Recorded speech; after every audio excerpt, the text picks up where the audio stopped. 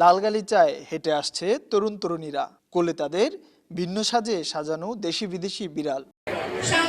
International পেট day উপলক্ষে বাংলাদেশ কৃষি বিশ্ববিদ্যালয়ের হেলিপ্যাডে বসেছে ব্যতিক্রমী এই বাউ ক্যাট শো, যার আয়োজন করেছে বাউ পেট লাভার্স নামে একটি সংগঠন।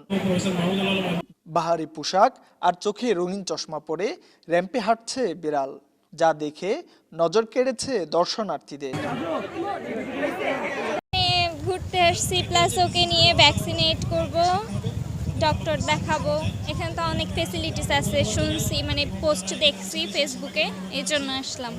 টোটাল 80 আপ আমাদের এখানে পার্টিসিপেট করেছে বিড়াল, শুধু বিড়াল। আর মিক্স, ফরেন, দেশি, এই তিনটা নিয়ে আমরা মূলত এখানে প্রোগ্রামটা করছি। এখানে আছে হচ্ছে র্যাম্প শো হবে ক্যাটের, তারপর যেমন খুশি তেমন সাজো, দেন র্যাফেল ড্র হবে। আয়োজকরা বলছেন, একাকিত্ব দূর করতে পোষা প্রাণী হতে পারে বিশ্বস্ত সঙ্গী। ভালোবাসা আর যত্নে তারা হয়ে উঠতে পারে পরিবারের সদস্য।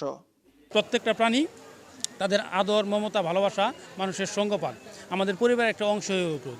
আজ ইন্টারন্যাশনাল পেট ডে উপলক্ষে এজন্যই বিএইউ পেট লাভার্স আজকের এই ক্যাট শোর আয়োজন করেছে।